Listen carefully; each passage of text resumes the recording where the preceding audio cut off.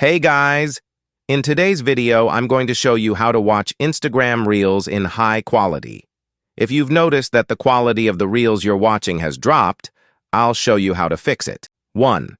Check your internet connection. The first thing you need to do is check your Wi-Fi or mobile network connection. To do this, open your browser and search for Network Speed Test. Use a tool like Google's Speed Test to check your internet speed.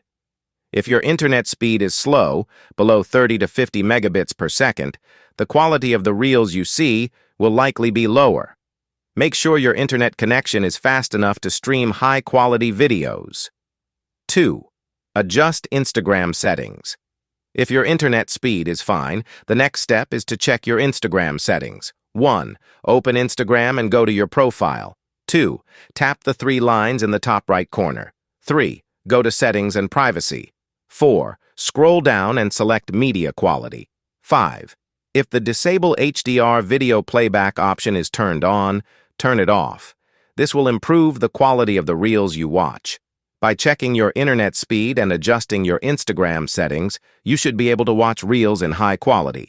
If you found this video helpful, don't forget to like and subscribe for more videos like this.